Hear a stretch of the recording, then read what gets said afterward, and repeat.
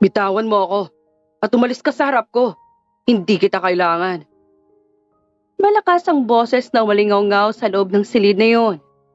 Nabasag ang katahimikan ng mansyon ng mga Escalano habang nagtatalsikan ng mga gamit na ibinabato ng isang lalaki. Sir Joey, please, kailangan niyo pong inumin ng gamot. Ilayo mo sabi yan. Tumilapon ang baso ng tubig at nabasag ito sa sahig. Napaatras ang nurse, nanginginig. Sa gitna ng silid, nakaupo si Joey Escalano sa kanyang wheelchair. Gusot ang buhok, maputla ang balat, at halatang galit na galit. Akala niyo ba mabubuhay pa ako? Dahil sa mga walang kwentang gamot na yan? Kahit ano pang ipainom niyo sa akin, kung wala na talaga akong pag-asang mabuhay, wala nang kwenta yan. Kaya huwag na akong pag-aksayahan pa ng oras. Hanggang sa bumukas ang pinto. Umalis na kayong lahat. Isang malamig ngunit matapang na boses ang pumasok sa silid. Sabay-sabay na napalingon ang mga tao, kabilang na ang nurse at ang ilang mga katulong na naroon. Isa-isa silang lumabas, tila takot na takot. Naiwan si Joey at ang kanyang lola sa loob ng silid. Napakasarap mong panoorin. Sarkastikong sabi ni Joey habang nakatingin sa bintana. Parang ang saya-saya mong makita akong unti-unting namamatay. Kung gusto kitang mamatay, matagal na sana kitang pinabayaan. Matalim na sagot ng matanda. Nanahimik si Joey sandali. Ngunit agad din siyang ngumisi. Hindi mo ako kayang pabayaan. Dahil ako ang huling Escalano na may pangalan. Hindi dahil doon. Ikaw ang huling apo ko. At hindi kita hayaang sumuko. Tumawa si Joey. Isang tuyong tawa na walang kasiyahan. Sumuko? Lola, hindi ako sumusuko. Tinatanggap ko lang ang katotohanan. Mamamatay na ako. Yun lang yun. Hindi mangyayari yan. Gagaling ka pa. Napakunot ang noo ni Joey. Hindi na nagsalita pa ang donya. Sa hali, lumingon ito sa pintuan. Pumasok ka na, iha. Dahan-dahang bumukas ang pinto. Isang dalagang nakasuot ng simpleng uniforme ng katulong ang pumasok. Hawak niya ang isang maliit na bag at halatang kinakabahan. Good morning po. Napatingin si Joey sa kanya mula ulo hanggang paa. Agad siyang napaira. Ano na naman to? Panibago mag-aalaga na naman? Naghaksaya lang kayo ng oras at pera. Palisin mo na siya. Hindi ko siya kailangan. Napayo ko lang si Jana. Simula ngayon, siya nang mag-aalaga sa'yo. Diretsong sabi ng donya. Nanlaki ang mata ni Joey. No. Mabilis na sagot ni Joey. Lumapit ang donya kay Jana at bahagyang hinawakan ng balikat nito. It's okay, iha. Masasanay ka rin. But remember, hindi ka basta katulong dito. Responsibilidad mo ang apo ko. At mas priority mo siya sa lahat ng bagay. Okay? Mahinang bulong ng donya. Nakatingin lamang si Joey. Opo, donya. Ano mang mangyari, huwag mo siyang iiwan. Dagdag pa nito. Saglit na nag-alinlangan si Jana. Ngunit tumango siya. Opo. Tapos na ba ang drama? Pwede na ba kayong umalis? Singit ni Joey. Ngumiti ang matanda. Isang ngiting may ibig sabihin. Mag-uusap pa kayo. What? At bago ito tuluyang lumabas. Be nice to her, ha? Bili ng donya. Naiwan silang dalawa sa loob ng silid. Tahimik hanggang sa... Lumapit ka. Napatigil si Jana. Hindi kita kakainin. Dagdag ni Joey. May bahagyang panunuya. Dahan-dahan siyang lumapit. Pagkalapit niya, napansin niya ang nanginginig na kamay ni Jana kahit pilit itong itinatago. Anong dala mo? Tanong nito. Gamot niyo po. At schedule. Basahin mo. Po? I said, read it. Dahan-dahang binuksan ni Jana ang papel. 8 a.m. gamot. 12 p.m. gamot ulit. 6 p.m. gamot. Paulit-ulit. Putol ni Joey. Parang buhay ko. Hindi na sumagot si Jana. Alam mo ba kung ilang buwan na lang itatagal ko dito sa mundo? Napayo ko si Jana. I only have 3 months to live. At sinabi yun ng doktor sa akin. So meaning to say, hindi mo na dapat ako pinag-aaksayahan ng oras dito. You may leave now. Diretso niyang sabi. Napansin niyang tahimik lang si Jana at hindi kumikibo. Natatakot ka? Tanong niya. Umiling si Jana. Hindi po. Tumingin siya kay Joey. Dahil hindi pa po tapos ang 3 buwan niyo. Napatigil si Joey. Parang may kakaibang tumama sa kanya. Anong ibig mong sabihin? Marami pa pong pwedeng mangyari sa loob ng 3 buwan. Kaya habang may buhay pa po kayo, kailangan nyo na i-enjoy ito. Huwag nyo na husayangin sa galit. Sa mga oras na yon, hindi alam ni Joey kung anong isasagot niya. Ngunit sa loob niya, may isang bagay na matagal na niyang hindi nararamdaman. Pag-asa. Hindi niya ito pinansin. Sa halip, ngumisi siya ng palihim. Makakaalis ka na. Gusto ko na magpahinga. Malamig na sagot ni Joey. Tumango lang si Jana at tuluyan ang lumabas ng sili. Samantala, hindi ko gustong nangyayari ngayon. Malamig at galit na boses ang pumutol sa katahimikan ng sili sa loob ng isang mamahaling restaurant. Marahan, ngunit madiin na ibinaba ni Vanessa ang kanyang wine glass sa mesa.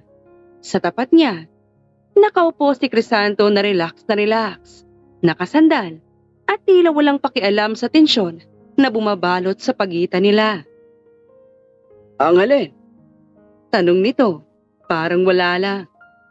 That girl, bakit ba kasi pinag-aksayan pa ng pera at oras ang wala ng kwentang lalaki na yun?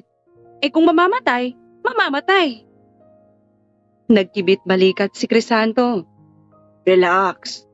Hindi ka makapag-isip ng maayos kung ganyan ka. Eh don't worry, Iha. Iilang buwan na lang naman mapapasa atin ang kayamanan nila. Napabuntong hininga si Vanessa. Halata pa rin ang galit sa mukha niya. Leche kasing matanda yun. Wala nang ginawa kundi bigyan ng mag-aalaga yung apo niya. As if mabubuhay pa yun ng matagal. Hello? Ngumiti si Crisanto. Ayan mo siyang gawin ang gusto niya. Pasasaan pa at mapapagod din siya. Dahil sinasayang lang niyang effort niya para mapagaling ang apo niya. Ang isipin mo na lang. Ang mahalaga, hindi na magtatagal si Joey. Diretso ang tingin ni Vanessa sa kanya. Doctors can be wrong. Pero hindi sa ganitong kaso. Huminga ng malalim si Vanessa at sumandal sa kanyang upuan. 3 buwan. Bulong niya. 3 buwan. At pagkatapos noon, dahan-dahan niyang inangat ang kanyang tingin. Sa atin na ang lahat. Sandaling nanahimik si Vanessa. Sa isip niya, umiikot ang imahe ng mansyon, ang napakalawak na lupain, ang mga ari-arian, ang negosyo at ang kapangyarihan. Hindi sapat na maghintay lang tayo na mamatay siya. Bigla niyang sabi.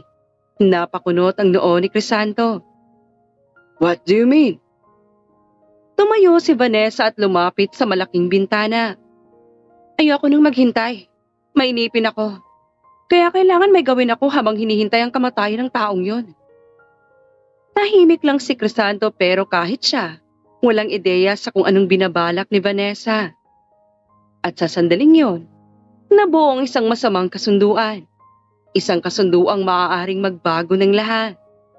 Kinabukasan, sa loob ng maaliwalas na kusina, naroon si Jana. Abala at mukhang masayang-masaya sa kanyang ginagawa. Konting asin, hindi masyadong maalat. Mahina niyang bulong sa sarili habang hinahalo ang sopas.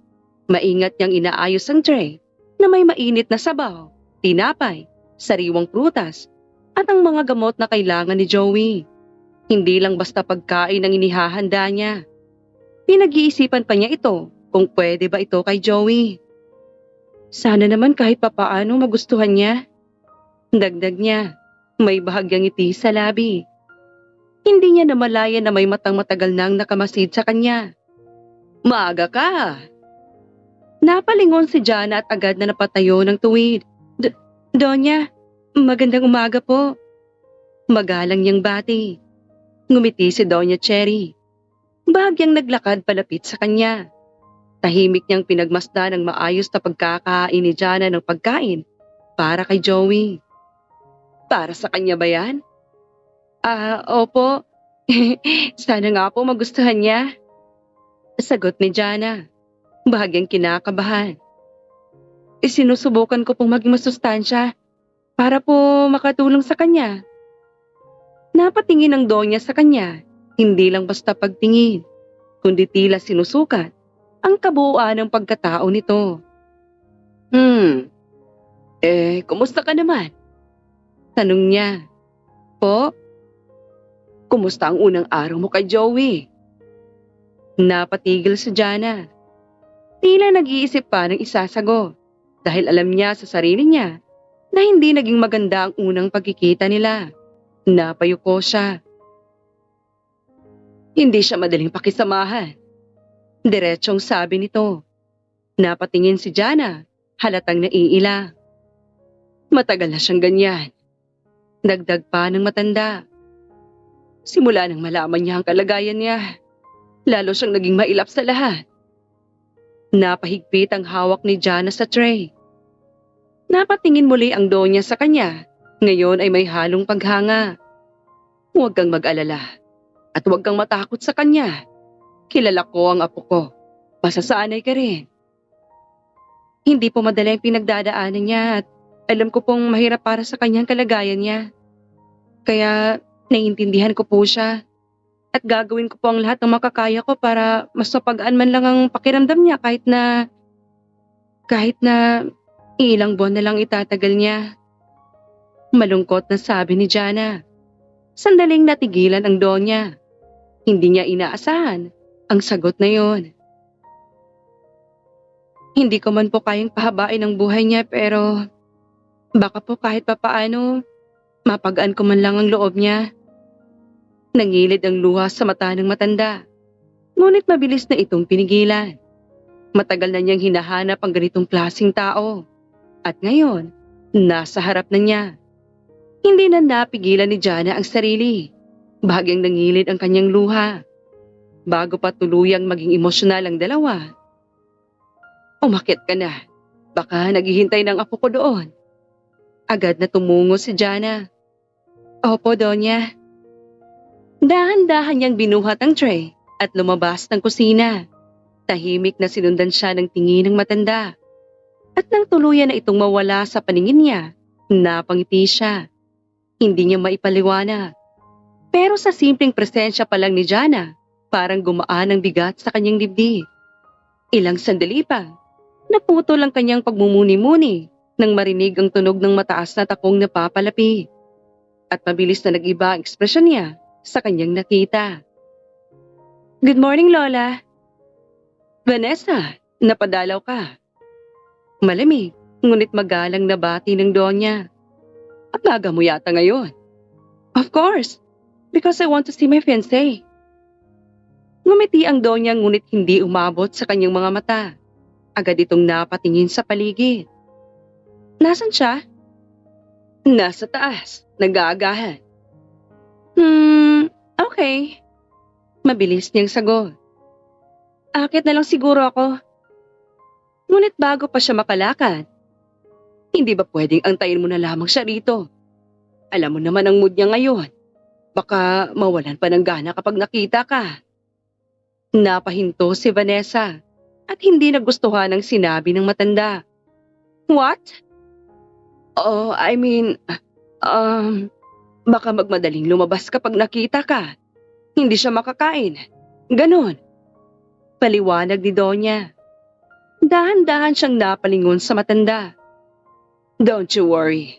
May kasama naman siya pagbaba. Dagdag ng matanda. Bahagyang napataas ang kilay ni Vanessa. Hintayin mo na lang siyang bumaba. Dagdag pa ng Donya. Tila hindi ito hinihinga ng opinyon. Natahimik lang si Vanessa, pero halatang hindi nito nagustuhan ang paghihintay. Umupo siya sa sofa, ngunit mahigpit ang pagkakahawak sa kanyang bag. Sa isip niya, umiikot ang galit. Gabi na ng mga oras na yon, pero si Doña Cherry ay nanatiling gising pa rin. Nakatayo ito sa gitna ng sala. Nakatikom ang labi. Mahigpit ang hawak sa tungkod at halatang matagal nang nag-aabang. Hanggang sa bumukas ang pinto. Pumasok si Joey, kasunod si Vanessa. Pareho pa silang nagtatawanan, halatang galing sa kung saan. Si Joey, tila walang pakialam. Si Vanessa, halatang iritado ngunit pilit na kinokontrol ang sarili. Ngunit bago pa sila tuluyang makapasok, bumungad na agad ang malamig na presensya ng matanda. Napatigil sila. Doon mismo sa pintuan, nakasimangot si Doña Cherry. At ang mga mata nito, diretsyong nakatutok sa kanila. "Good evening po, Lola." Pilit nang ngumiti si Vanessa habang bahagyang lumapi. Akma pa sana siyang magbebeso, ngunit mabilis na umiwas ang matanda. Saglit na natigilan si Vanessa dahil hindi niya nagustuhan ang inasta ng matanda. Napahiya siya. Pagkatapos, napaismid na lang siya. "Bakit ngayon lang kayo?" Malamig na tanong ng Donya. Diretso, walang paligoy-ligoy. Huminga ng malalim si Joey. Bago sumagot. "Lumabas lang kami. Nag-dinner." "Hanggang ganitong oras?" Agad na tanong ng matanda. "Traffic." Sagot niya, walang emosyon. Napahigpit ang panga ng binata. "Lola, hindi na ako bata. Tsaka isa pa, di ba sinabi niyo na kailangan maging masaya lang ako palagi? Bakit parang pinipigilan niyo pa ako na gawin ang magpapasaya sa akin?" "Dahil makakasama sa'yo yung pagsasayang ginagawa mo. Pinamadali mo lalo ang buhay mo, apo. At ayokong mangyari yun." Yun na nga eh. Iilang buwan na lang ilalagi ko sa mundong to. Hindi niyo pa ako mapagbigyan. Tumingin ang matanda kay Vanessa na agad din namang napayoko at iniwas ang tingin. "Alam mo ang kondisyon mo. At hindi ka pwedeng basta-basta napapagod. At basta-basta kumain ng mga bawal sa'yo. Lalo na ang alak. Sino ba kasing nagbigay ng paintulot sa'yo na gawin mo yan?" Tumingin muli si Doña Cherry kay Vanessa. "Hindi ako preso." Mariing sagot ni Joey. "Kung gusto mong tumagal pang buhay mo, sumunod ka sa mga sinasabi ko." Tumahimik lang si Joey. Hindi siya agad nakasagot. Ilang sandali pa, muling nagsalita si Doña Cherry. "Simula ngayon, kung gusto mong lumabas at magawa ang mga gusto mo, kailangan mo nang makakasama." Sabay napatingin at nagulat ang dalawa kay Doña Cherry. "What do you mean?" "Jana?" Tawag ni Doña Cherry. Agad namang lumabas si Jana at inayos ang sarili. "You?" Gulat na reaksyon ni Vanessa. Tumayo ang matanda at muling nagsalita. "Simula ngayon, hindi ka pwedeng lumabas ng pamamahay na ito hanggat hindi siya kasama. Maliwanag ba?" "Lola." "No way!" Halos sumigaw si Vanessa. Agad siyang lumapi. Halatang hindi makapaniwala. "Lola, hindi pwede yan!" Galit niyang sabi. "Ako ang fiancé ni Joey. Ako dapat ang kasama niya, hindi isang katulong." "Vanessa!" Pigil ni Joey. Ngunit hindi siya pinansin ng babae. "Hindi ko papayagan to. Ano bang iniisip ninyo? Na ako ang maglalagay sa kapahamakan ni Joey? At mapapadali ko ang buhay niya?" Dagdag pa niya. "Vanessa, I said stop." Mas mariin na ngayon ang boses ni Joey. "No, Joey. Kailangan umimik ako. Ano ba tingin sa akin ng lola mo? I'm your fiancé." Saglit niyang pinagmasdan ang mukha ni Joey na parang pumapayag na sa gusto ng matanda. "Oh, wait. Don't tell me. Oh my God, Joey. Okay, fine. Whatever. Matapos sabihin yon ay mabilis na umalis si Vanessa. Galit ito at hindi na nakuha pang magpaalam sa kanila. Tapos na ang usapan. Biglang sabi ni Doña Cherry. Napatingin si Jana kay Joey. Saglit silang nagkatinginan. Hindi niya mabasa ang ekspresyon nito. Galit, inis, o may ibang iniisip. Huminga ng malalim si Joey hanggang sa, "Fine, kung yan ang gusto mo." Ngumiti ang matanda at lumingon ito kay Jana na halatang kinakabahan na sa sitwasyon. Natapos ang usapan na mas nasunod ang kagustuhan ni Doña Cherry para kay Joey. Sinubukan man humadlang ng fiancé nito pero wala pa rin itong nagawa. Makalipas ang 1 linggo, hindi man tuluyang nagbago si Joey. Unti-unti ay nasasanay na siya sa presensya ni Jana. At sa unang pagkakataon, lumabas siya kasama si Jana at nagtungo sila sa park. Pero sa loob ng 1 oras nilang magkasama, kapansin-pansin kay Joey na mukhang hindi ito komportable na kasama siya. "Pwede bang wag kang masyadong malapit?" Iritadong sabi ni Joey habang naglalakad. Bahagyang napaatras si Jana. Sorry po." Mahina niyang sagot. Napabuntong hininga si Joey. "Hindi ko sinabing umalis ka. Sinasabi ko lang, distansya." Tumango ng bahagya si Jana, halatang naiilang din. Ano po bang gusto niyong gawin ngayon?" Maingat niyang tanong. "Wala. Gusto ko sanang mapag-isa kaya ako lumabas. Kaso, wala akong magawa sa kagustuhan ni Lola na isama ka." Pasensya na po, sir. Sumusunod lang po ako sa trabaho." Napakagat siya sa labi, ngunit hindi siya titigil. Hirap kausap? Bulong niya sa isip. "May sinasabi ka ba?" "Ha? Naku, wala po. Wala po." Umirap si Joey. "Mahilig po ako sa ganito. Tahimik, maraming puno. Parang nakakalimutan mo yung problema mo kahit sandali." "I'm not asking." "Alam ko po. Pero gusto ko lang po i-share sa inyo na masarap mabuhay kung wala kang galit sa puso mo. Dapat happy lang." "Sa tulad niyo, oo. Pero para sa akin, wala na. Wala na akong pag-asa." "Laban lang po, sir. Hindi man po madala sa gamot pero maniwala lang po kayo sa itaas." Tumawa ng pilit si Joey. "Madaling sabihin yan. Kasi hindi ka nasa posisyon ko. Hindi na ako gagaling. Malala na ang sakit ko. At hinihintay na lang ang kamatayan ko." Halos madurog ang puso ni Jana nang marinig niya ang mga salitang yon kay Joey. Kaya naman, gumawa siya ng paraan upang maibsan yon. Iniban niya ang usapan at pilit na pinapasaya ang sitwasyon. "Alam niyo po ba, doon sa probinsya, sobrang saya po doon. Yung wala po kayong iintindihin at hindi niyo po mararamdaman na may problema kayo. Sobrang saya po doon. Punong-puno ng kapayapaan." Napahinto si Joey. Bahagya siyang napalingon. Hindi niya inaasahan. Napangiti si Joey. At yun ang unang pagkakataon na nakita niya na ngumiti ito. "Ang daldal mo, no? Hindi ka nawawala ng kwento." Mas mararamdaman niyo po kasi ang bagot at pagod kung tatahimik lang kayo. Kailangan hindi mo maramdaman yon. At para hindi mo maramdaman yon, kailangan mong libangin ang sarili mo. Tama po?" Natahimik si Joey.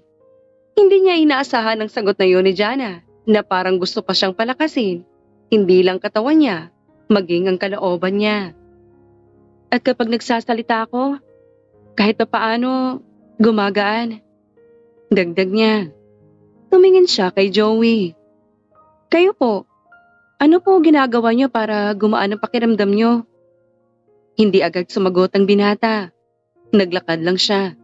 Hanggang sa, "Wala." "Wala?" "Sanay na ako." Sagot niya. Napatingin si Jana sa kanya.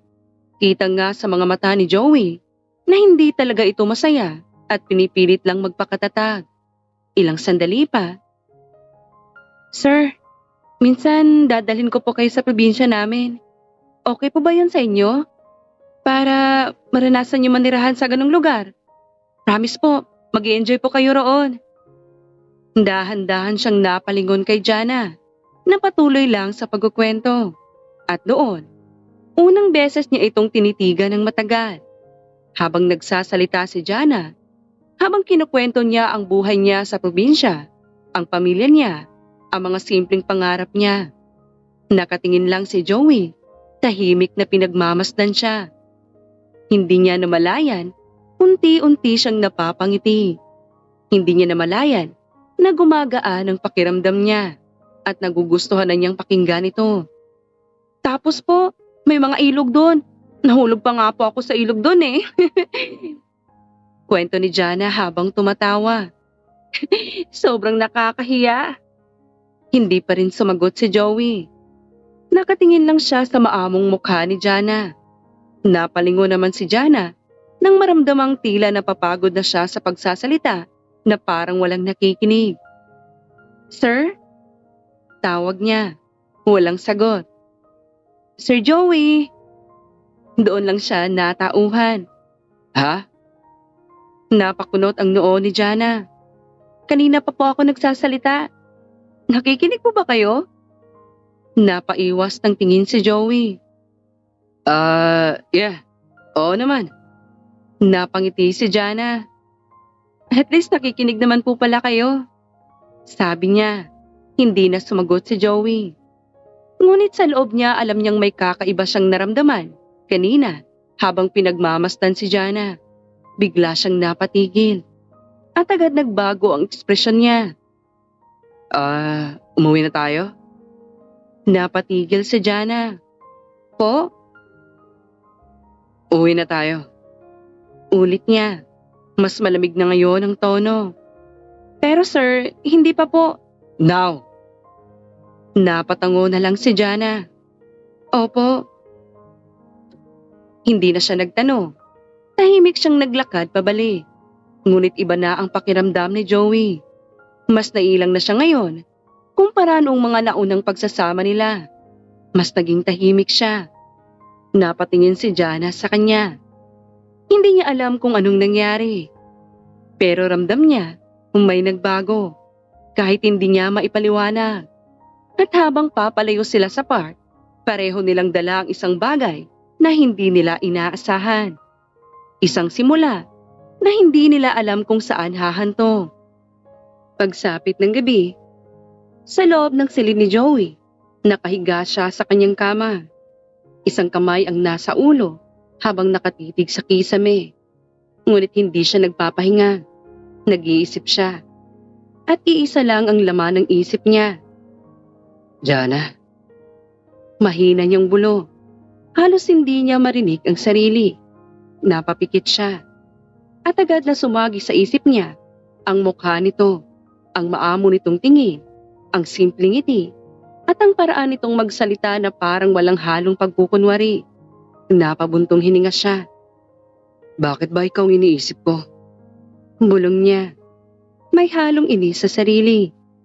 Ilang segundo siyang nanahimik hanggang sa napabalikwas siya ng bangon. Ano ba, Joey? Hindi pwede yan. Umayos ka. Parang pinapagalitan niya ang sarili. Napahawak siya sa noo, napapailing. Ngunit imbis na mawala, lalo lang tumitindi ang alaala. Ang lakad nila sa park. Ang mga kwento ni Jana na hindi niya akalaing magkaka-interes siya. Ang pagtawa nito. At kung paano kahit sandali, nakalimutan niya ang lahat. Napahinto siya at biglang napangiti. Damn, I didn't expect this. Napatawa siya ng mahina. Umiling siya. Tila hindi makapaniwala sa sarili. Hanggang sa napalingon siya sa pinto at biglang bumilis ang tibok ng puso niya. Jana? Hindi pa man niya naririnig ang boses pero sigurado siya na si Jana yun. At sa hindi niya maintindihang dahilan, kinabahan siya. Shit. Mabilis siyang humiga ulit. Hinila ang kumot at nagtalukbong. Pinikit niya ang mga mata. Okay, calm down. Just act asleep. Huminga siya ng malalim at pilit kinokontrol ang sarili. Sa kadahan-dahang bumukas ang pinto. Narinig niya ang mga yabag papunta sa kanya. Bahagya siyang ngumiti sa ilalim ng kumot at mabilis na nakaisip ng paraan upang magpapansin. Nagkunwari siyang nananaginip. Gusto niyang mag-alala ito at makita kung ano ang magiging reaksyon nito. Mahina niyang ungol, parang tunay na nananaginip. No, don't go. Don't go. Joey? Napatigil siya at nanigas. Hindi yon boses ni Jana. Dahan-dahan niyang iminulat ang mata at halos mapatalon siya sa gulat. Lola? Napabalikwas siya ng bangon, halos matanggal ang kumot. Napatigil din ang matanda at nanlaki ang mga mata. Anong klaseng reaksyon yan? Tanong nito, halatang nagulat din. Napakamot si Joey sa ulo. Wala. I mean, ikaw lang pala. Ikaw lang pala? Bakit? Sino bang inaasahan mo? Wala nga. Mabilis niyang sagot. No one. Umiling-iling siya. Pilit binabawi ang sarili. Ngunit huli na. Napansin na ng matanda. Dahan-dahan itong ngumiti. Isang ngiting may halong panunukso. Siguro nagkukunwari ka lang tulog, no? Sabi nito. Pinagmamasdan siya. Napakunot ang noo ni Joey. Excuse me? Kunwari nananaginip para... Kunwari may sasagip? Lola, seriously? Napailing siya. Baka naman may inaasahan kang papasok sa pinto. Patuloy nito. Napaiwas ng tingin si Joey. Stop it. Kaya pala ganyan ang reaksyon mo. Anong reaksyon? Depensa niya. Yung parang disappointed ka nung ako ang pumasok. Na para bang you're expecting someone. No, you're just overthinking. Agad niyang sagot. Tahimik lang si Joey. Nahahalata siya pero ayaw niya pa ring aminin.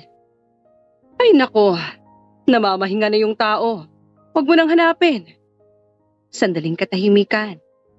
Magpahinga ka na, apo. Bawal sa'yo magpuyat. Tumalikod na ito at naglakad papunta sa pinto. Ngunit bago tuluyang lumabas. Joey. What? Hindi masama ang nararamdaman mo. Walang sagot si Joey. Hanggang sa tuluyang lumabas ang matanda. At muling bumalik ang katahimikan. Dahan-dahan siyang humiga. Tinitigan muli ang kisame. At saka napangiti. Ang kulit. Bulong niya. Hindi niya alam kung sino ang tinutukoy niya. Ang lola niya o si Jana. Napapikit siya. At sa bawat segundo bumabalik ang maamong mukha ni Jana sa isip niya. Ang boses nito, ang pagtawa, ang simpleng presensya. Sa pagkakataong ito hindi na niya pinigilan. Hinayaan niya ang sarili niyang maramdaman yun. At habang unti-unti siyang dinadala ng antok, nanatili ang ngiti sa kanyang labi. Samantala, bumalik ang doktor ni Joey upang malaman ulit ang kalagayan niya. Kung may pagbabago ba o mas lalo pa itong lumala. Huminga po kayo ng malalim, sir. Mahinang utos ng doktor habang inilalagay ang stethoscope sa dibdib ni Joey. Sumunod naman si Joey, bagamat halatang wala itong gana. Deep breath. Yes, like that. Naroon si Doña Cherry. Nakatayo sa gilid. Mahigpit ang pagkakahawak sa kanyang tungkod. Sa likod naman ay si Jana. Tahimik na nakamasid, may kaba sa dibdib. Matapos ang ilang minuto, inalis ng doktor ang gamit nito at tumingin kay Joey. You can rest now. Tumango lang ang binata. Are we done? Tanong niya, tila naiinip. Yes. I'll just talk to your grandmother. Sagot ng doktor. Go ahead. Malamig niyang tugon. Walang emosyon. Parang wala siyang pakialam sa sasabihin. O baka, ayaw lang niyang marinig. Lumabas ang doktor kasunod ni Doña Cherry. Nag-aalangan man, sumunod din si Jana. Hindi niya kayang maiwan si Joey ng matagal. Pero mas nangingibabo ang kaba sa gusto niyang malaman. Pagdating nila sa sala, humarap ang doktor sa matanda. Huminga ng malalim ang doktor. His condition is getting worse. Iba umataking dilated cardiomyopathy o severe heart failure. Parang tumigil ang mundo nila. Mas lumalala po ang sakit niya. Sandaling natigilan ito. At base sa progress, posible po na hindi na po siya umabot ng 3 buwan. Nanlaki ang mata ni Jana. Parang may tumama sa kanya. How many days? Nanginginig niyang tanong. Napatingin ang doktor sa kanya. Bahagyang nagulat na naroon siya. Hindi natin masasabi exactly. Sagot nito. But, mas maaga kaysa sa inaasahan. Mabigat para sa kanila ang balitang ito. Hindi na napigilan ni Jana at napatakip siya sa bibig niya at napaiya. Samantala, nanatiling matatag ang Donya. Ngunit sa likod ng kanyang mga mata, may sakit, may takot. Sinabi mo ba ito sa kanya? Hindi pa niya alam. Sagot ng doktor. Agad na sabi ng Donya. Napatingin si Jana sa kanya. Hindi ko hahayaan na mawala ang pag-asa niya. Kung malalaman niya, lalo lang siyang manghihina at mawawalan ng pag-asa sa buhay. Ayokong mangyari yun. Ayokong mawalan ako ng apo.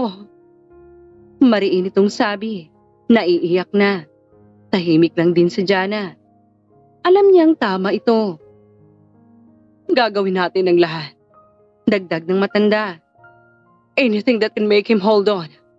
Tumango ang doktor. I'll continue the medication. But emotionally, malaking bagay ang support. Doon napatingin ang Donya kay Jana.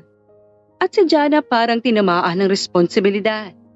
Makalipas ang ilang minuto, nagpaalam na rin ang doktor. Sa kabilang banda, sa loob ng kanyang silid, nakahinga si Joey at nagpapahinga.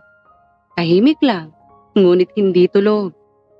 Sa mga sandaling yon, may isang taong handang baguhin ang mundo niya. Bago pa tuluyang maubos ang oras niya. Makalipas ang 1 linggo, sa wakas pumayag na si Doña Cherry. Matapos ang mahabang pag-uusap, pag-aalala at pag-iisip, pinayagan niyang dalhin ni Jana si Joey sa probinsya nito. At sa hindi inaasahan, si Joey mismo ang pumaya. Maagang umalis ang sasakyan mula sa mansyon. Nakaupo sa loob si Joey. Nakatingin sa bintana habang pinagmamasdan ang unti-unting paglayo ng lugar na matagal niyang kinulong ang sarili. Nasa tabi niya si Jana, na may halong kaba at pananabik ang nararamdaman. Okay lang po ba kayo? Maingat niyang tanong. Yeah. Sagot ni Joey. Hindi inaalis ang tingin sa labas. Bahagyang napangiti si Jana. At sa labas nakatayo si Doña Cherry. Mahigpit ang hawak sa kanyang tungkod habang pinagmamasdan ang papalayong sasakyan. Unti-unti siyang kumaway. Mag-iingat kayo. Hanggang sa makalabas ng gate ang sasakyan ni na Joey, bigla namang dumating ang isang sasakyan at bumaba doon si Crisanto, ang panganay na anak ni Doña Cherry. Sino yun, ma? Napalingon ng Doña. Naroon si Crisanto, nakatayo sa gilid niya. May bahagyang ngiti, ngunit mapanuri ang tingin. Sino ang nasa loob ng sasakyan na yon? Sandaling natahimik ang Donya. Si Joey yon. Napatigil si Crisanto. Joey? Napakunot ang noo niya. Bakit? Saan siya pupunta? Ngunit hindi agad sumagot ang matanda. Sa halip, tumalikod ito. May asikasuhin pa ako. Mamaya na lang tayo mag-usap. At tuluyan na itong umakyat sa taas. Naiwan si Crisanto sa sala. Ang nasa isip niya ay baka si Vanessa naman ang kasama nito, kaya hindi na siya nangulit na magtanong. Ilang sandali pa, tumunog ang kanyang cellphone. Tiningnan niya ang screen. Vanessa calling. Hello? Crisanto! Agad na bungad ng babae. Halatang iritado ang boses. Nasaan ka? Tumingin si Crisanto sa paligid, siniguradong walang nakakarinig. Nasa mansyon ako. Bakit? Mahinang sagot niya. Meet me now. Sabay patay ng tawa. Itinext na lang nito ang location kung saan sila magkikita. Pagdating niya sa isang private cafe, agad niyang nakita si Vanessa. Nakatayo ito. Nakapamulsa ang isang kamay at halatang hindi mapakali. Finally! My God! Kanina pa kita hinihintay. Sabi nito nang makita siya. Anong nangyari ba? Nasiraan ba kayo? Teka. Nasaan ba si Joey? Tanong ni Crisanto. Napakunot ang noo ni Vanessa. What are you saying? Hindi ko kasama si Joey.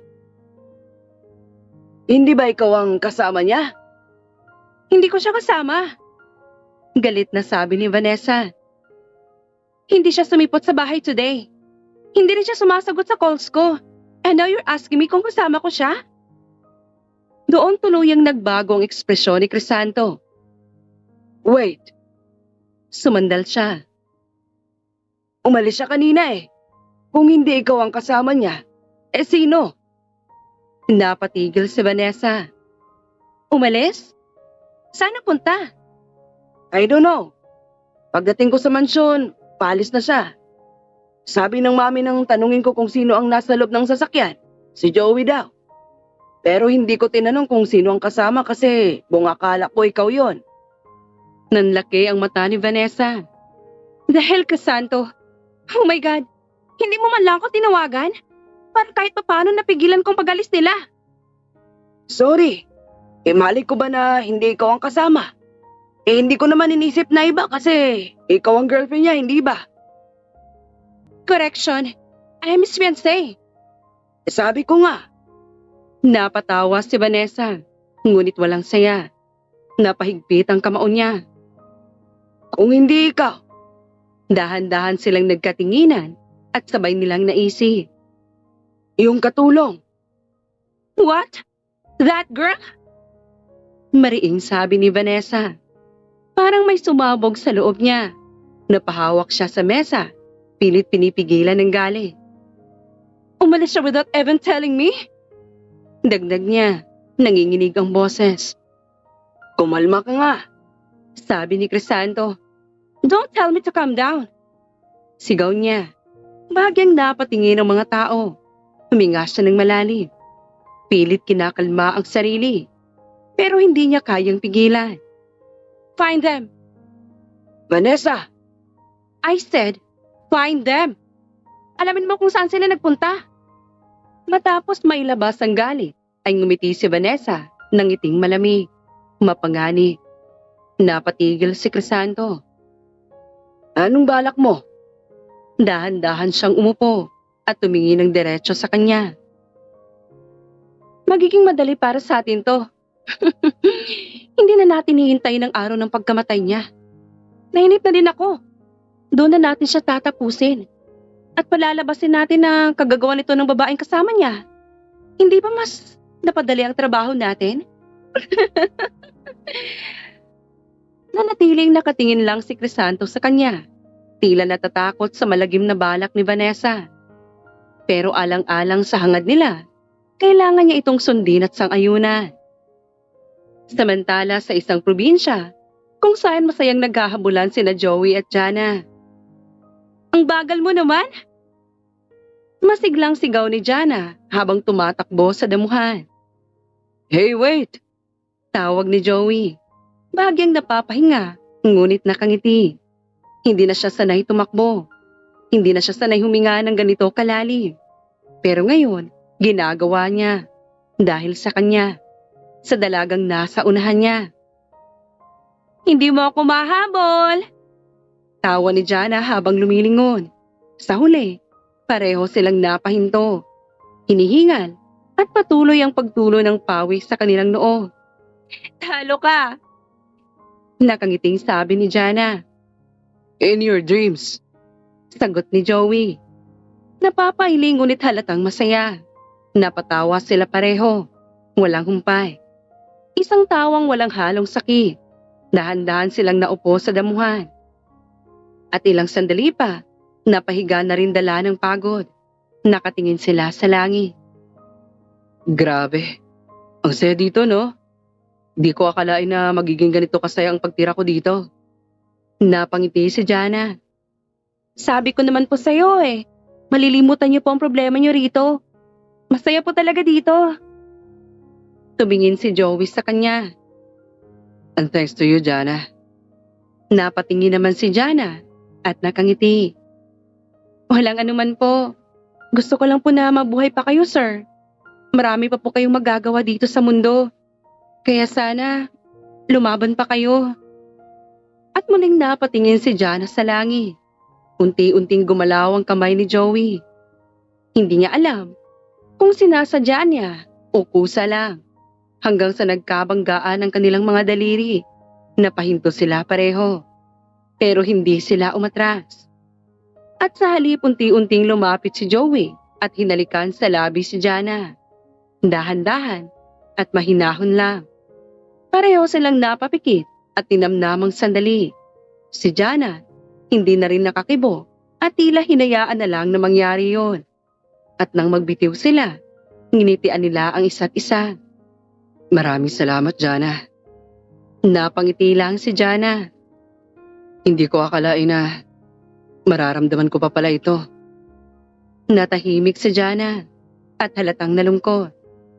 Dahil alam niyang panandalian lang ito, pero hindi niya pinakita. Sa halip, ngumiti siya. Mabuhay ka, sir. Mabuhay pa po sana kayo ng matagal. Hindi lang simpleng salita, kundi isang dasal, isang hiling para sa kanya. Sabay silang humiga ulit, magkatabi, magkadikit ang mga kamay. At sabay nilang tinanaw ang langit, ang bughaw na langit at ang malayang ulap. At sa sandaling yon pareho silang nakangiti, hindi dahil sa hinaharap, kundi dahil sa kasalukuyan. Dahil sa sandaling kahit panandalian, naging perpekto ang mundo nila. Samantala sa mansyon, sa loob ng silid-aklatan, nakaupo si Doña Cherry sa kanyang paboritong upuan. Hawak niya ang kanyang Biblia. Marahang binubuklat ang mga pahina habang tahimik na nagbabasa. Give me strength. Mahina niyang bulong. Sa mga panahong nag-iisa siya, dito siya kumakapit. Sa pananampalataya, sa pag-asa, para sa kanyang apo. Hanggang sa natigilan siya nang katupin siya ng isa sa mga kasambahay. Napatingin siya sa pintuan. Pumasok ka. Dahan-dahang bumukas ang pinto. Ma'am, nag-aalangan itong sabi. Nandito po si Ma'am Vanessa sa baba. Hinahanap po kayo. Napatigil ang matanda. Anong ginagawa niya rito? Nagpupumilit po siyang pumasok Medyo galit po. Gusto daw po niya kayo makausap. Hindi na siya nagulat. Papasukin mo. Opo.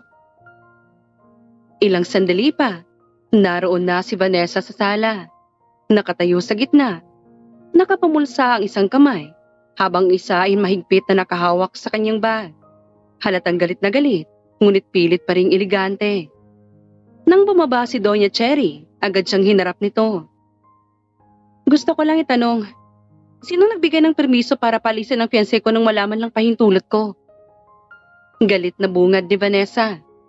Diretso at walang paggalang. Ngumisi ang matanda. Isang ngising puno ng panunuya. Wala akong dapat na ipaliwanag sa'yo.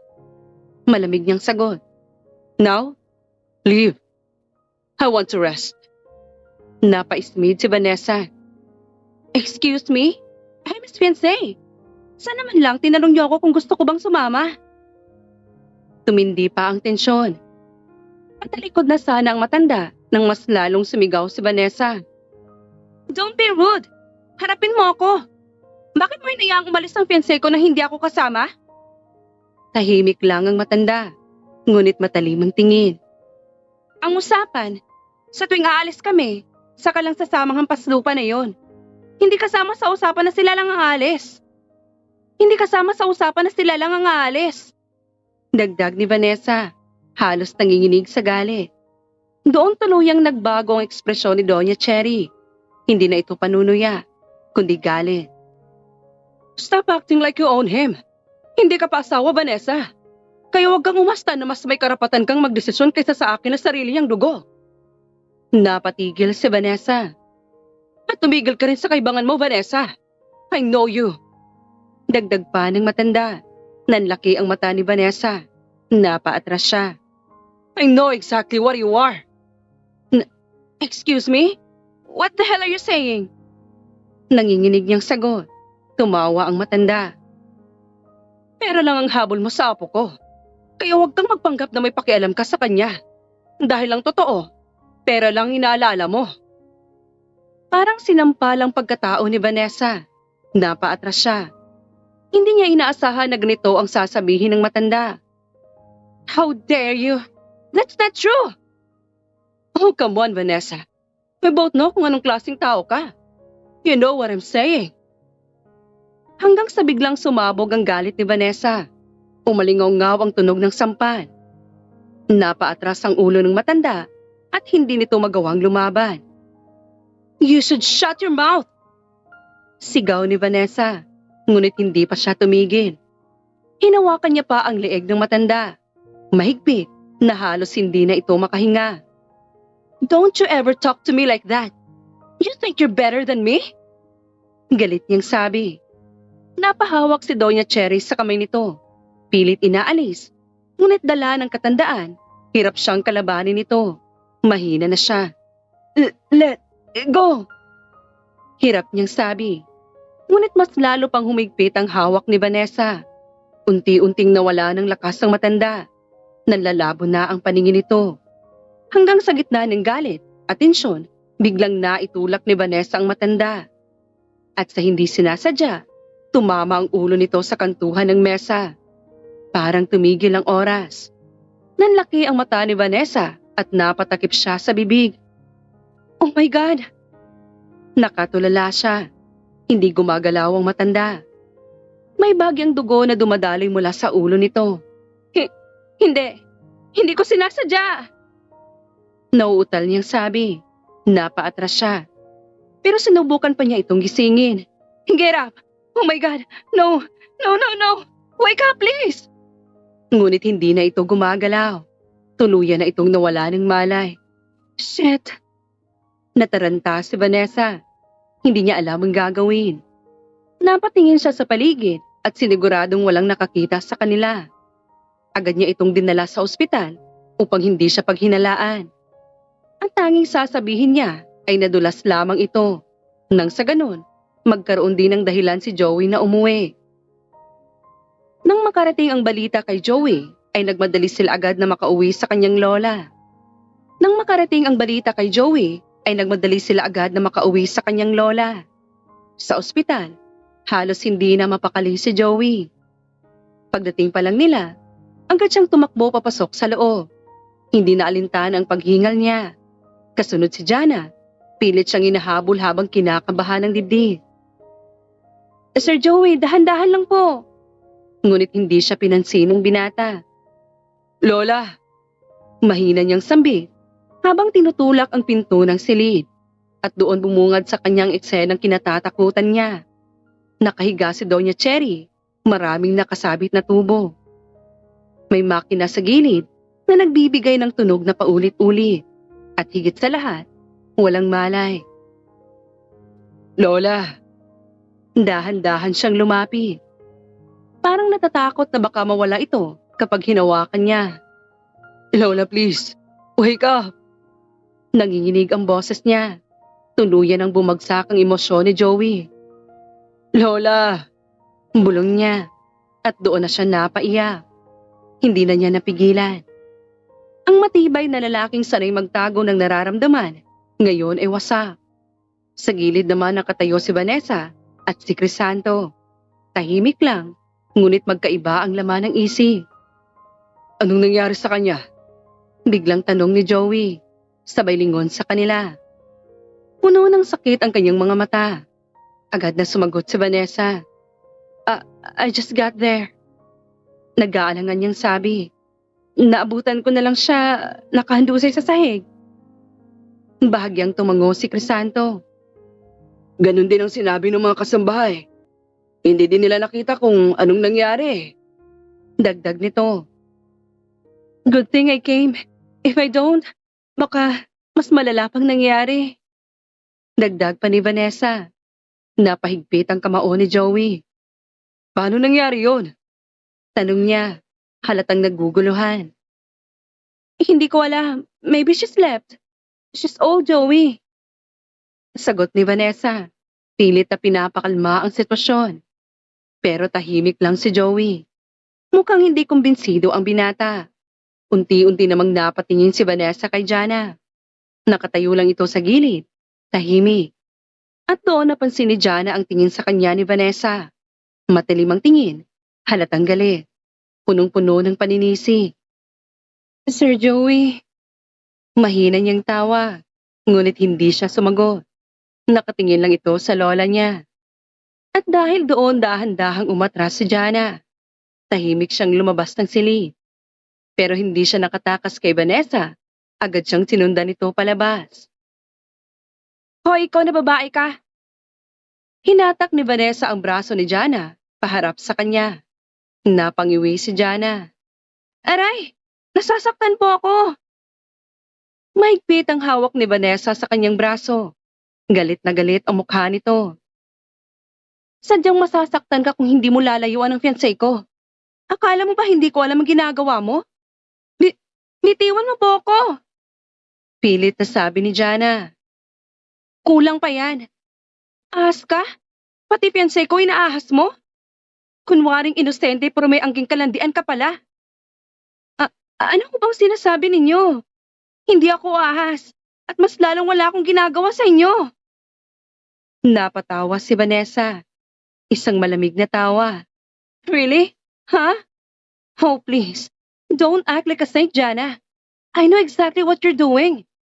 Ano bang sinasabi mo? Ang lakas ng loob mong bumalik pa dito, ha? Napatigil si Jana. Ano ho bang problema niyo sa akin? Kasama kanyang umalis. Without even telling me? What do you think you are? Napahigpit ang hawak nito sa braso ni Jana. Ngunit sa pagkakataong ito, iba na ang reaksyon ng dalaga.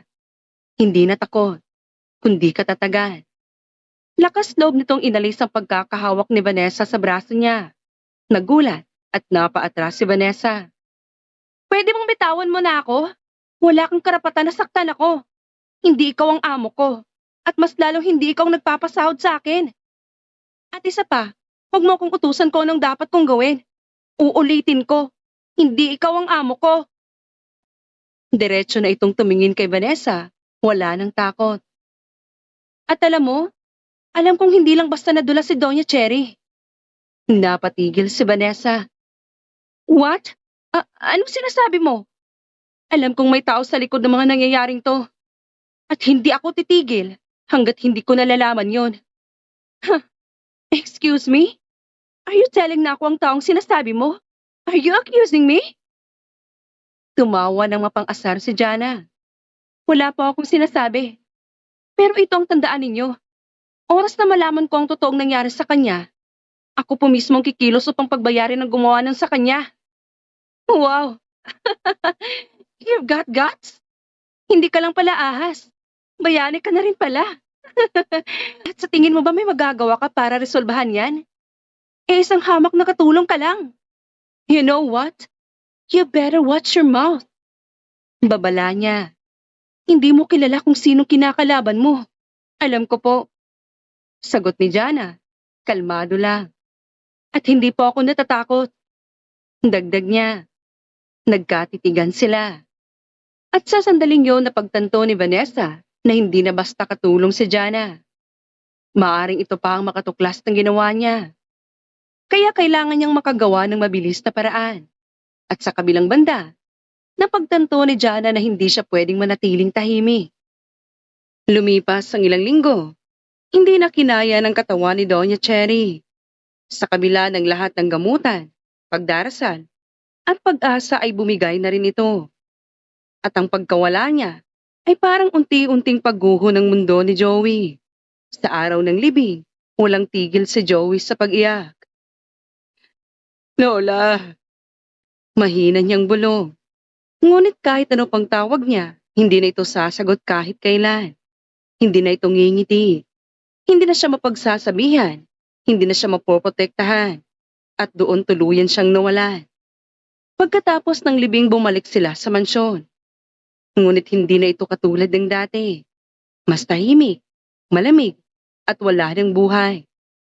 Ilang araw na ang lumipas, pero si Joey, nananatili na lang din sa loob ng kanyang silid. Hindi na lumalabas. Hindi na rin kumakain ng maayos. At higit sa lahat, hindi na nakikipag-usap. Sir Joey, mahinang tawag ng kasambahay sa labas ng pinto. Please po, kumain na kayo. Tahimik lang ito at nakatingin sa litrato ng lola niya. Parang walang tao sa loob. Sa gilid ng hallway nakatayo lang si Jana. Mahigpit ang hawak sa tray ng pagkain para kay Joey. Kaya naman, hindi na niya napigilan ng sarili. Nung mga unang araw, ay hinayaan niya na muna mapag-isa si Joey dahil yon ang kagustuhan niya. Pero para kay Jana, tila sobra na siguro kung habang buhay na lang ganun si Joey. Hindi na niya kayang panoorin ang nangyayari. Huminga siya ng malalim bago siya lumapit sa pinto. Sir Joey? Walang sumasagot. Pwede po ba akong pumasok? Wala pa ring sagot. Ngunit hindi na siya naghintay. Dahan-dahan niyang binuksan ang pinto. Madilim ang silid. Nakabukas ang kurtina, ngunit hindi sapat ang liwanag. Sa kama, nakahiga si Joey. Nakatagilid at nakatalikod, yakap-yakap ang litrato ng lola niya. Sir? Mahina niyang tawag. Dahan-dahan siyang lumapit. I said, I don't want to eat. Please po, kumain na kayo. Lumabas ka. Mahina, pero ramdam ang galit sa boses nito. Napatigil si Jana. Sir, I said get out. Mas mariin, mas mabigat. Napahigpit ang hawak ni Jana sa tray. Sir, hindi na po tamang ginagawa niyo. Nung una pinagbigyan ko na po kayo. Kasi alam ko yung nararamdaman niyo. Pero isipin niyo naman po ang sarili ninyo. Kaya hindi po ako lalabas hanggat hindi kayo kumakain. Hindi kita kailangan. Ngunit hindi pa rin siya umatras. Sir Joey, hindi po ito magugustuhan ni Doña Cherry kung ganito kayo. Don't you dare to bring her up. Mabilis na umupo si Joey. Galit at namumula ang mata. At huwag mo siyang gamitin para kumbinsihin ako. At ano ba dapat ang tama? Yung desisyon mo? So ano? Porket wala na si Lola, ikaw na lang ang susundin ko? Wala nang dahilan dyan upang mabuhay pa ako dito. Kaya pabayaan mo na ako. Umalis na kayo! Umalis ka na! Nagulat si Jana. Hindi niya inaasahan ng ganitong reaksyon ni Joey. Sir, ang gusto ko lang naman. Sa totoo lang, kasalanan mo to eh. Natahimik si Jana. Natigilan siya sa sinabi ni Joey. Kasalanan mo to. Ulit ni Joey, mas mabigat. Nanginginig ang boses. Ngunit hindi na dahil sa galit lang, kundi sa sakit. Kung hindi ka nagdesisyon na dalhin ako sa probinsya niyo, hindi sana siya may iwang mag-isa dito. E di sana, alam kong nangyari sa kanya. E di sana buhay pa siya. E di sana nandito pa siya. Doon na tuluyang bumigay si Joey. Galit siya, pero umiiyak siya. Nanlaki ang mata ni Jana na naluluha na rin. Sir, hindi ko po alam ang sinasabi ninyo. Naluluhang sambit ni Jana. Napaatras si Jana. Parang nawalan siya ng lakas. Buhay pa sana siya. Hagulgol ni Joey. Nakayuko. Hindi na makapagsalita si Jana. Hindi niya akalain na sa kabila ng lahat ng ginawa niyang mabuti, sa huli, sa kanya pala ang sisi nito. Ginawa ko lang po kung ano yung makakabuti sa kalagayan niyo. Hindi ko naman po alam na magkakaganito, sir. Hindi ko kailangan ng paliwanag mo. Umalis ka na sa buhay ko. Parang bawat salita pumapatay sa kanya. Hindi na siya sumagot o lumaban. Tahimik lang siyang tumayo. Ngunit pinipilit intindihin. Hindi na niya kailangang tumingin. Sa kadandahang naglakad palabas. At nang tuluyan siyang makalabas, doon na siya tuluyang napahugulgol.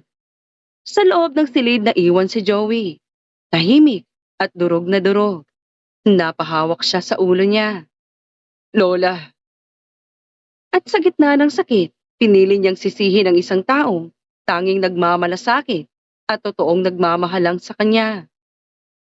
Sa loob ng kondo ni Vanessa, masaya niyang pinagdidiwang ang pagkawala ni Jana sa mansyon nang walang kahirap-hirap. Hindi na niya kailangang kumilos upang mapalaya si Jana. Dahil si Joey na mismo ang gumawa noon. Pero kapalit ng kasiyahan niya, isang nagngangalit na pa nga ang naghihintay sa kanya. Habang nakatayo at nag-stretching, biglang bumukas ng malakas ang pinto at mabilis siyang sinugod ni Crisanto at sinakal. Hayop ka, Vanessa! Wala sa usapan natin ang ginawa mo! Pati nanay ko, idinamay mo! Nanlaki ang mga mata ni Vanessa. Bitawan mo ako! Hindi ako makahinga! Tutuluyan talaga kita kung hindi mo sasabihin ang totoo! Fine! Fine! Bitiwan mo muna ako! Agad na binitawan naman ni Crisanto ang leeg ni Vanessa. Hinihimas niya ang leeg niya na namumula dahil sa pagkakasakal. Damn you, Crisanto! You almost killed me! Hingal niyang sabi. Sa kabilang banda nakatalikod si Crisanto. Mahigpit ang kamao. Namumula ang mata sa gali. Pinatay mo ang nanay ko! Mariin niyang sabi. Hindi ko sinasadya! Sigaw ni Vanessa. Huwag ka nang magsinungaling. Alam ko na hindi aksidenteng nangyari. Sinakal mo siya. Galit na sigaw ni Crisanto. Because she provoked me. She insulted me. She threatened me. Depensa ni Vanessa. Pero nanay ko yun, Vanessa. Wala sa usapan natin to. Napatigil si Vanessa. Sandaling natahimik. Saka napatawa. Mapang-asar na tawa. Oh, please. Don't act like you care that much. Doon tuluyang nag-init ang dugo ni Crisanto. Anong sinabi mo? Humarap si Vanessa. Diretso ang tingin. Walang takot. Let's not pretend, Crisanto. We both know why you're really mad. Hindi dahil mahal mo siya, kundi dahil nawala ang kontrol mo. Dagdag pa niya. Shut up! Because now, lumapit pa si Vanessa ng kaunti. Everything is at risk. Biglang hinawakan ni Crisanto ang collar ng damit niya. Isang salita pa. What? Matapang na sagot ni Vanessa. You're going to kill me too? Magkaharap sila. Parehong mapanganib. Parehong walang balak umatras. Makinig ka sa akin. Wala sa plano to. Mariing sabi ni Crisanto. I know, but it happened. Sagot ni Vanessa. Pagbayaran mong ginawa mo. Nagulat si Vanessa at pinandilatan ng mata si Crisanto. What? Are you insane? Gusto mong sumuko ako ngayon sa mga pulis? And you? Mamumuhay ka ng maluwag na para bang hindi kita kasabot sa lahat ng masasamang plano natin na tayo lang dalawang nakakaalam? Muling nilapitan ni Crisanto si Vanessa. Mukha sa mukha. Sumuko ka na. Pagbayaran mong ginawa mo sa nanay ko. Ngumiti si Vanessa. Okay, fine. Pero hindi ako papayag nang ako lang mapupunta sa impyerno. You plan with me, right? You wanted Joey Gan too. Kung babagsak ako, hindi pwedeng hindi ka kasama pababa. Biglang sumuntok si Crisanto sa pader. Napapikit siya. Galit. Frustrated. Gulong-gulo. Damn it! Tahimik lang si Vanessa. Pinagmasdan siya. Hindi natatakot, kundi nag-iisip. So, what's your plan? Madali na para sa atin to. Wala nang hadlang. Wala nang katulong. Wala na rin ang nanay mong pakialamera. Shut up! Huwag mong idamay pa dito ang nanay ko. Tumawa si Vanessa. Relax, okay? I'm sorry. So, we continue? Napatigil si Crisanto. Joe is vulnerable now. Mahina na siya. At durog na siya ngayon. Kaya wala na siyang pakialam sa kung ano pang mangyayari sa paligid niya. Madali na para sa kanyang mapapirma sa lahat ng dokumento na magpapayaman sa atin. Dahan-dahang napatingin si Crisanto sa kanya. Parang may kung anong binubuong sariling plano na siya lang ang nakakaalam. Lumipas ang isang buwan. Sa loob ng silid ni Joey, isang magandang balita ang dumating. Mr. Scalano, nakangiting sabi ng doktor habang hawak ang medical chart. This is unexpected. Napatingin si Joey, tila walang emosyon. Your condition is improving. Dagdag nito. Honestly, it's almost like a miracle. Tahimik lang siya, hindi man lang umiti. Tahimik lang siya, hindi man lang umiti. Your heart is responding better. Mas stable ka na ngayon. Paliwanag pa ng doktor. Kung magpapatuloy ito, you might live longer than expected. Ngunit si Joey, nakatingin lang sa sahig. What's the point? Mahina niyang sagot. Napatigil ang doktor. I mean, dagdag niya. Pilit ngumiti, ngunit walang buhay. What's the point of living? Kung wala na siya. I know, but I also know that if Doña Cherry were here, she would be happy for you too. Tahimik pa rin si Joey. At sa sandaling yon kahit milagro ang paggaling niya, wala pa rin itong saysay sa kanya. Matapos umalis ang doktor, naiwan si Joey sa loob ng silid. At ilang sandali pa, pumasok si Crisanto. May hawak itong folder. Joey! Tawag niya. Hindi sumagot ang binata. Dahan-dahan siyang lumapi. At dahil ikaw na lang ang natitilang legal heir, sabi niya, habang inilalapag ang mga dokumento. Kailangan mo ng pirmahan to para maayos ang transfer ng assets. Lahat ng naiwan ni Mommy. Tahimik pa rin si Joey. Walang gana. Just signed it.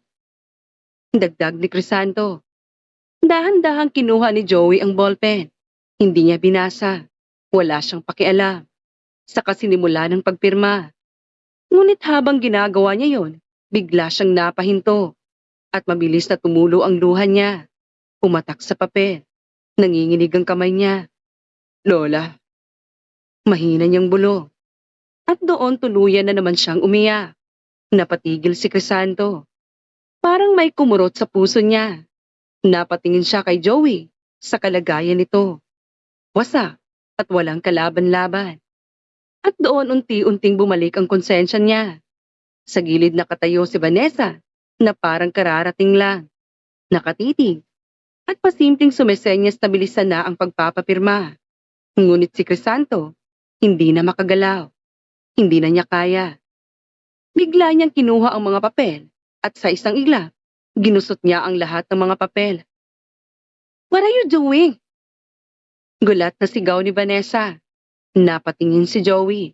Naguguluhan. Tito? Ngunit hindi na siya sinagot nito. Sa halip, lumuhod ito sa harap niya. Nagulat si Joey. Ano to? Patawarin mo ako. Mahina, ngunit punong-puno ng pagsisisi na sabi ni Crisanto. Napatigil ang binata. Para saan? Ngunit bago pa siya makasagot, biglang bumukas ang pinto. Napatayo si Vanessa. What the hell is this? Sigaw niya. Pumasok ang mga pulis. At sa likod nila, naroon si Jana. Matapang ang tingin. Nanlaki ang mata ni Joey.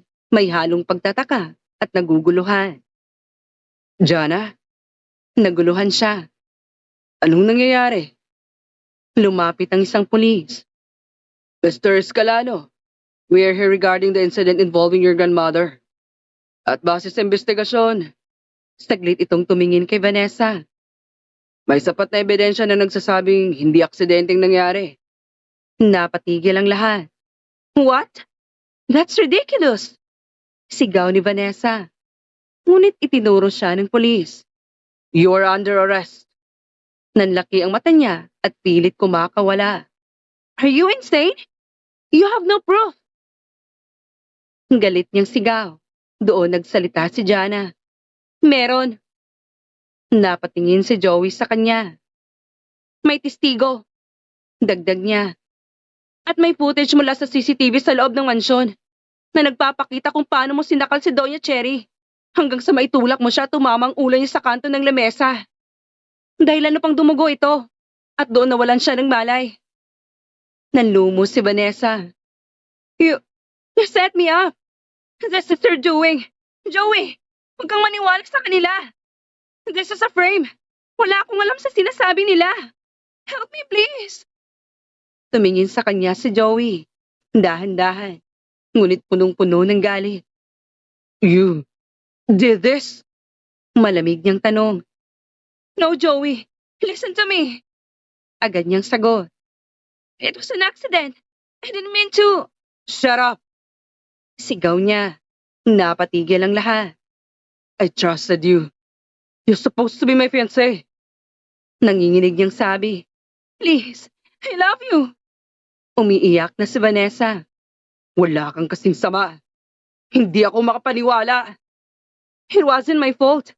She provoked me. She insulted me. Depensa niya. At dahil lang doon kaya nagawa mo yon? Hayop ka. Mabulok ka sa kulungan. Wala nang maisagot si Vanessa. Take her. Malamig niyang utos sa polis. Nanlaki ang mata ni Vanessa at napatingin ito kay Crisanto. Ha? How about you, ha? You're just going to let this happen? Kasabot kita! Sigaw niya. Ngunit hindi na siya pinansin ito. Tahimik lang itong nakayuko. Habang dinadala si Vanessa palabas, patuloy itong sumisigaw. This isn't over. You'll regret this! Sigaw niya, ngunit wala nang nakinig. Tahimik ang silid matapos ang lahat. At doon, napatingin si Joey kay Jana. Dahan-dahan siyang lumapit. Salamat. Mahina niyang sabi. Nanginginig ang boses. Kung hindi dahil sa'yo, hindi ko malalaman ang totoo.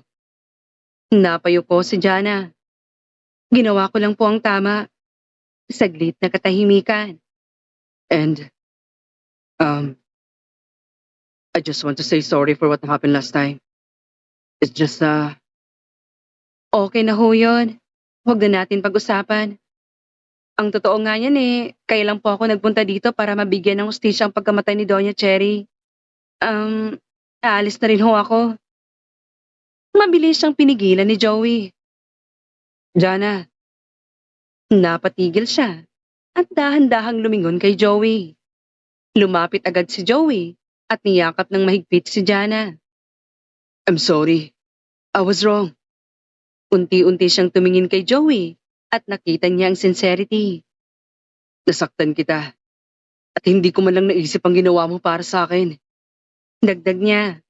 Tahimik lang si Jana. Okay lang po. Okay lang po. Mahina niyang sabi. Hindi okay. Lumapit pa siya. At gusto kong bumawi. At sa sandaling yun napagtanto ni Joey na kahit itinaboy niya ito, hindi siya iniwan ni Jana. Dahan-dahan siyang ngumiti. At sa harap niya, ang taong nagligtas, hindi lang sa katotohanan, kundi pati sa puso niya. Makalipas ang ilang buwan, tahimik na muli ang mansyon. Ngunit hindi na ito tulad ng dati. Hindi na ito puno ng lungkot. Unti-unti, nababalutan na ito ng bagong buhay. Sa sala, kung saan madalas magpahinga si Doña Cherry, naroon si Joey. Nakatayo sa harap ng maliit na altar, kung saan nakalagay ang larawan ng kanyang lola. May hawak siyang bulaklak. Lola, mahina niyang sambi. Ngunit ngayon, hindi na nanginginig ang boses niya. Hindi na siya wasak. Hindi na siya wasak. Bagkus, may katahimikan. Marami na pong nangyari. Pero, okay na po ako. Dagdag niya, bahagyang ngumiti. Dahan-dahan niyang inilapag ang bulaklak.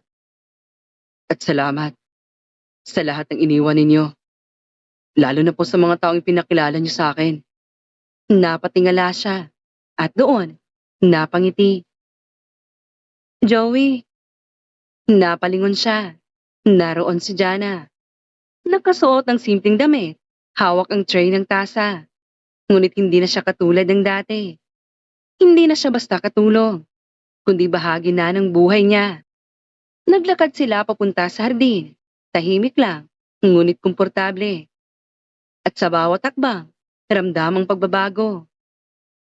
Alam mo, dati, akala ko katapusan ko na talaga. Lalo na nang mawala si Lola. Napatingin si Jana sa kanya. Nung nawala si Lola, pakiramdam ko, wala nang dahilan para magpatuloy pa ako. Tahimik lang si Jana. Pinakikinggan lang siya. Pero mali ako. Ngumiti siya. Dahan-dahan siyang tumingin sa kanya. Dahil nandyan ka, hindi mo ako iniwan. At kahit na pinagtabuyan na kita, hindi mo ako sinukuan. Napayuko si Jana. At dahil doon, patuloy ni Joey. Natutunan kong hindi ko pala dapat tapusin ang buhay ko. Dahil lang sa nawalan ako ng taong mahal sa buhay. Dahan-dahan siyang tumayo at lumapit kay Jana. Kinabahan si Jana. Joey? Ngunit hindi siya sumagot. Sa halip, dahan-dahan niyang hinawakan ang kamay nito. Hindi ako sigurado sa mga susunod na araw. Pero sa nararamdaman ko para sa'yo, siguradong sigurado ako. Napatingin si Jana sa kanya. Joey. Ngunit bago pa siya makapagsalita, marahan siyang hinila nito palapi. At doon, muling hinalikan ni Joey si Jana. Isang halik na mas matagal, mas totoo, at mas sigurado. Nang matapos ay napangiti si Joey. Napaluha naman si Jana. I love you, Jana.